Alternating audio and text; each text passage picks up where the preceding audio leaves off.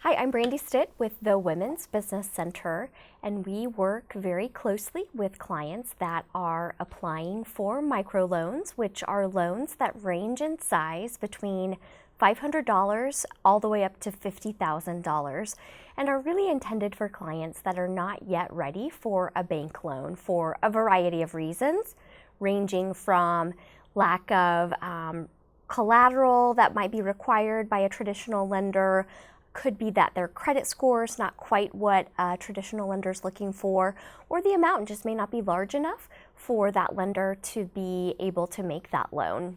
Microloans are really ideal for companies that are at either concept stage or at the very early stages of their business that really just need a small amount of capital, possibly to purchase some computer equipment or some software for the business. It could be that they have a small inventory purchase that they need to make, but they just don't have the cash flow in the bank yet to be able to make that inventory purchase. Sure. So what's really been tremendous in the Kansas City market is that we were void of microloan products up until about 2012 when we brought Justine Peterson into the market. They've put $5 million worth of loans into the Kansas City market and in over 500 different loans. So that's 500 businesses, give or take, that have received microloans through Justine Peterson. What we've seen since then is that there are other microlenders now popping up in the community, which is really fabulous. So we didn't have any for a while, then we just had one. Now, starting in 2015, what we've seen is that there are 3 additional microlenders on the scene in Kansas City. The Women's Business Center has a microloan that we launched in 2015.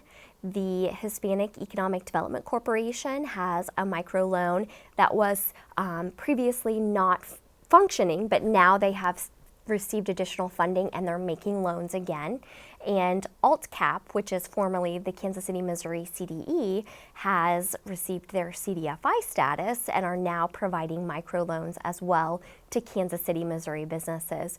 So we're working towards becoming a very micro-lending rich community to be able to provide those early stage unbankable businesses with the funding that they need, which is a really exciting time for Kansas City. What's most important for anyone applying for a microloan, and quite frankly anyone applying for any debt product, is that they have a really well thought through business plan with startup projections and annual financial projections. We want to make sure that this business is going to be viable before we present any kind of a debt product and put them on the hook for that loan repayment. So we're really looking for those solid business plans and financial projections. But then of course we are expecting to see some of the similar financial documentation that any lender will need for a loan applicant. So that would be things like proof of income, so it could be W-2 statements. We're looking at tax returns. We want to make sure that the income that they're reporting matches what is on those tax returns. We're looking at bank statements for the last 3 months. We want to make sure that they do have cash coming in and out of those bank accounts and that they aren't regularly overdrafting those accounts. So we're looking at the traditional proof of income as well as, what are the collateral items that you might be willing to pledge for this loan? What do you think the estimated value for those collateral items would be? And then, of course, an itemized listing of the total amount of funding that you need, but how are you planning to use those funds? What portion of that will go toward inventory? What portion is going to go to an equipment purchase? And what portion is going to go to working capital, because that is another source of use for that fund, which is a little unique for the microloans.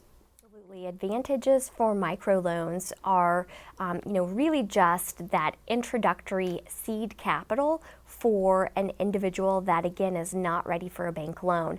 So these are ideal for clients that don't have a strong track record when it comes to credit building or credit history. It's ideal for clients that don't have a significant amount of collateral, or the collateral isn't exactly a one-to-one match. So for example, when it comes to collateral, microlenders are very flexible in terms of how we look at the value of that collateral. So a bank may say, we want to make sure the collateral, if you're asking for $20,000, we want to see $20,000 worth of collateral and it has to match exactly.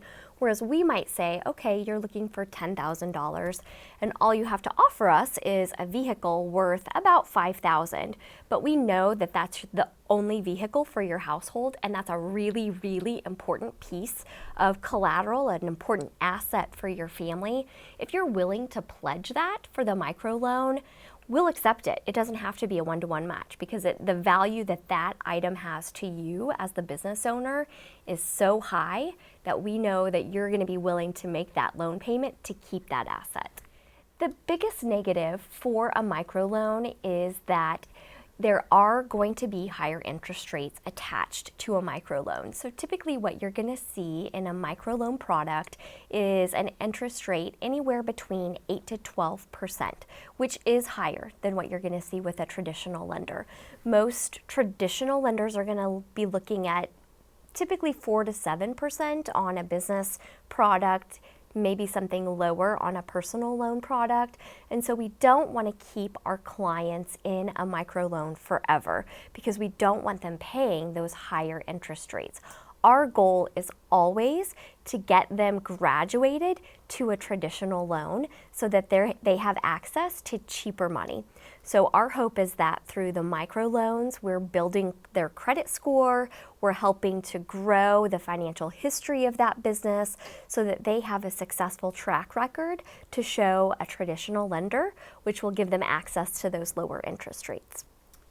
Despite the fact that you're applying for a microloan, we still want you to have a relationship or start building a relationship with those traditional lenders. And we can always help make those connections with bankers that are very favorable to small business and that will work creatively with our small businesses. But I think that it's so important to start building those relationships early with traditional lenders while you're working with your micro lender as well. Have that business plan in place, have those financial projections ready to go, and make sure they're realistic. We'll look at those financials and say, gosh, I really think you're overestimating what your sales are going to be for the first year, or maybe you're underestimating what you think you're going to be spending on your lease over the course of that year. So make sure they're realistic, and then be in a position where you can explain anything that might be negative on your credit report. We want to know if we see something negative, we will work with you on it, but we just want to know up front why it's there and what happened in that situation and what your plan was to move past that. And then I guess my final advice would be to try to be as organized and present your full loan package as completely as possible. The more information we have early on in the process, the more quickly we'll be able to process that loan, because we really can't process a loan until we have all the completed documents. So as soon as we get those, we can start processing the loan. So keep your paperwork in order.